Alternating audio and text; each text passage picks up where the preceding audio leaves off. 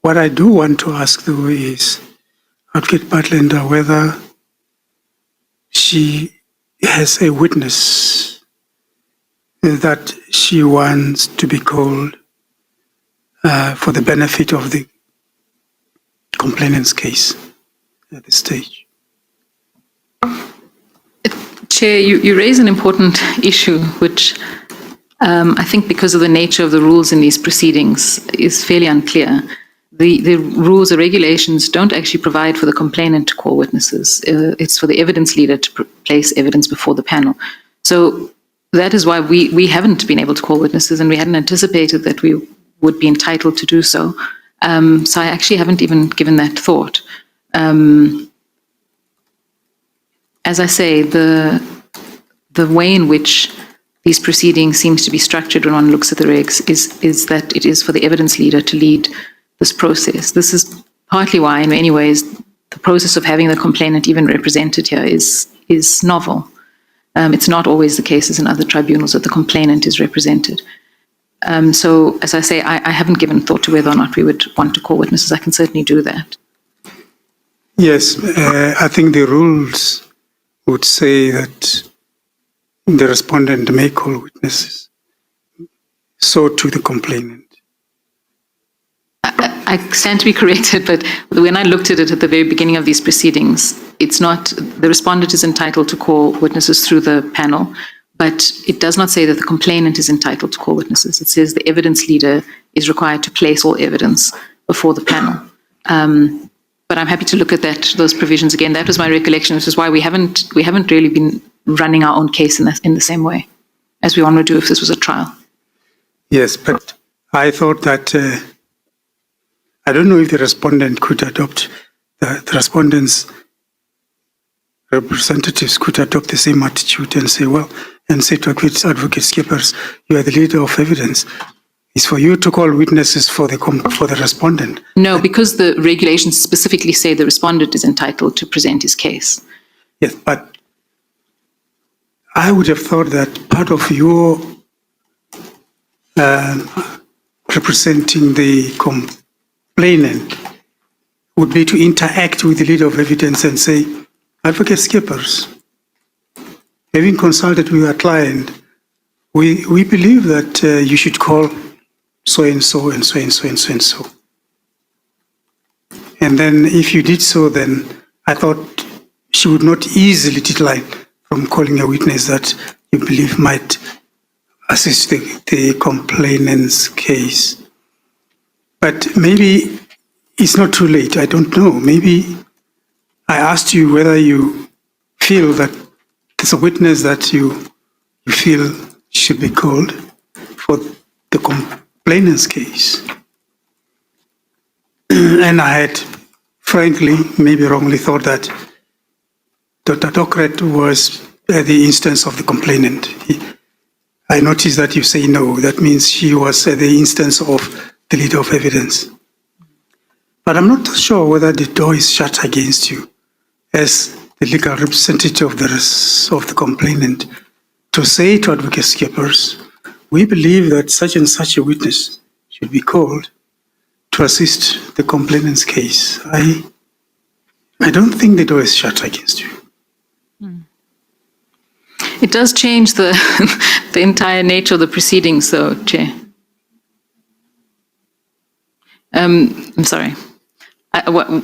What comes to mind is, for example, you would have seen in the way that these proceedings have been run that the evidence leader has led the witness of each of the witnesses.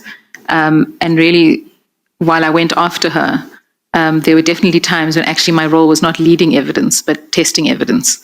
So this is it is an unusual thing, I accept that. And we have run some sort of a hybrid process, I suppose, trying to ensure a fair process. I'd have to consult and take instructions, but we would ask for a ruling. Perhaps one needs to look again at the regulations and give some thought to it. Maybe all of us should. Sure. Shall we shelve that for tomorrow morning? Unless Mr. Madansela has some view. Can I share that to Mr. Skakad? Yes. Chair, I don't know whether I should sort of respond to the presentation that the evidence leader made, and then, Chair, I fully understand when she says that it's in the interest of justice to call this witness.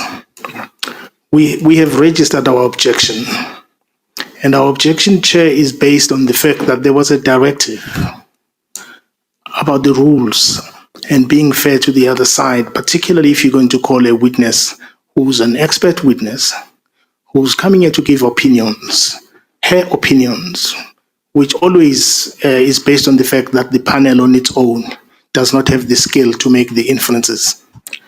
But that is why the rules of evidence, and correctly the directive that was issued by yourself on the 7th of April indicates that must be done timelessly, that a report must be given, because as much as it has, as she claims, taken it this long to get to someone who's an expert on gender or sexual harassment, we would need to take that report, which we don't have. We have a one-pager. And in that report, we would have to test with someone who's an expert 2 issues. One is that she deals with something that is complex, which is power relations in society. We would have to take it to someone who's like that, who's going to test her evidence, its relevance, that's for the tribunal. But we would have to test, it's a very complex matter to come and tell a tribunal when there is, or all of us, we're not experts in Antonio Gramsci or Michel Foucault about power relations in society. So we would have to have time to read it, take it to someone who knows this concept, because we're just ordinary lawyers, we wouldn't. So we have made the objection in that the rules have not been complied with. Lastly, on this issue, I can go to the law about relevance. But lastly, on this issue, one of the things we are told why we would need an expert is that this is the first time in South Africa. This is from the...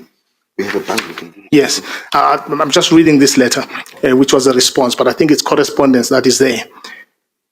This is the first time in South African history that a tribunal of this sort has been called upon to make a determination on a complaint of sexual harassment against a sitting judge. So this is a matter for evidence. There is no reason why a new definition of the law and of the charge on what completes the charge of sexual harassment, because the litigant is a different person. And so without getting into the legalities that have been tried principles since the case of 1957, there is an issue of relevance apart from procedure. That this evidence would have to be put here because the tribunal is unable to make inferences on the basis of common cause evidence. We submit that's not the case here. We submit it's not even justice to say the definition upon which you are called to determine on the basis of evidence would have to change if the respondent is a sitting judge. In all sexual harassment cases, by the way, they are there because there has been unequal power relations at workplace. So there is no need for this evidence, but also we've not been served with sufficient time. And lastly, Chair, and if we must go to the law about it, the cases we can, is that on our side, Chair, I'm ready to call the Judge President tomorrow morning to give his side of the story. And we submit that just on the basis of procedure and not complying with the rules, it would be unjust at this late stage. If all is, the delay has been so long that this idea, even if it were correct, that this is the first time in the history of this country, if that's relevant, even if that were correct, well, this case was about the Judge President since it started. So we don't know, we've not just discovered that it relates to the JP. We knew right at the beginning.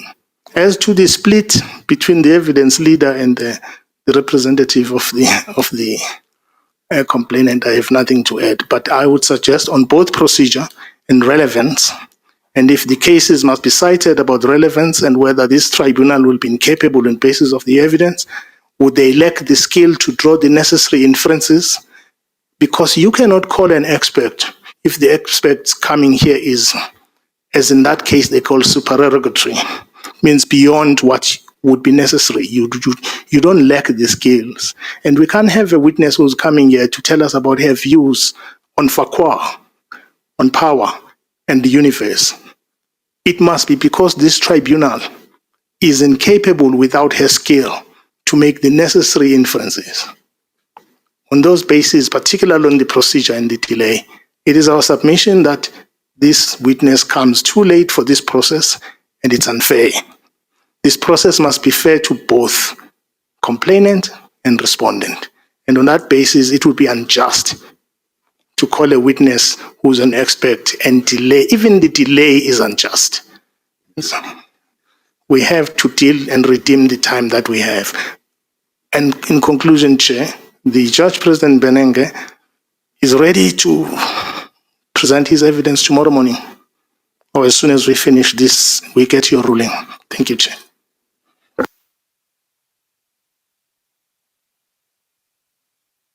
Chair, before you respond, I didn't address you on Ms. Fetton's evidence. I would like to do so in response to Mr. Skakane, but I wasn't sure if you were about to make a ruling or give us an opportunity to do that. I wanted to split the two. The issue of insufficient time, which I thought would be an easier one.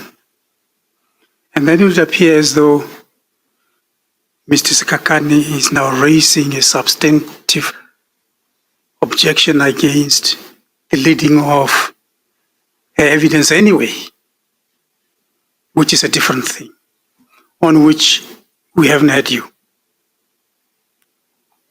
I have certain views, but can I just consult with those who know better than me on my left and right-hand side? Chair, can I just make a point? And you will recall that I was responding to a substantive issue that it's in the interest of justice.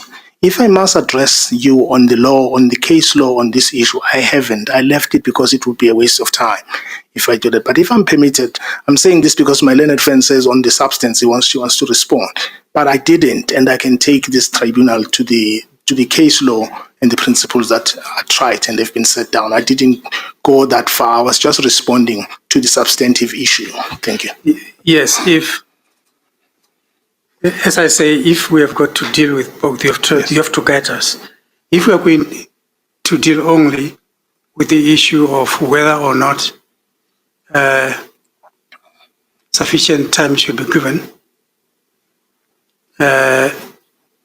for you to deal with a summary of Dr. Vettel's evidence, if you are going to deal with that, for example, you referred to the directive that I issued advising the parties on how to go forward. If you are going to deal with that, it's not a very difficult issue because it is obvious that sufficient time would not have been given to the respondent. It is obvious that that expert cannot come and testify tomorrow or even this week because sufficient time has got to be given to you. That one admits of no debate. However, that's the one thing. However, if you want to go further and mount an objection against the leading of evidence anyway on the grounds that you referred to, that would have to be a bit more substantive, and that's when you'll have to refer us to the law and so forth. But the choice is entirely yours. Do we deal with the first one, which is easy to dispose of, or are we going further to deal with your substantive application to say evidence should not be led? If we were to proceed with that one, she says you would need to have an answer. But at the same time, you say that you have not fired all the bullets. You say you could produce legal precedent or cases to support your case. Now you have got to guide us whether which one you choose. Thank you, Chair. Chair, as I said, I didn't take you to any. I was just responding because when it was stated to you that it's in the interest of justice. The evidence leader was entering the realm of the nature of the evidence and why it's important. So my suggestion is that at this point, our objection is on the preliminary point. And the ruling that we would need is the fact that we object to its lateness because it's not in compliance with the rules. And there has been sufficient time for this matter, for the evidence leader to determine that the matter is the first one in the country, if it is, and to make this decision slightly earlier than now so that no one could be prejudiced. That's all. So I would suggest, Chair, it's the first issue. And if I fired any bullet on the merit, it was in response to that, but it was a warning shot. I haven't really, I wouldn't like us to get there.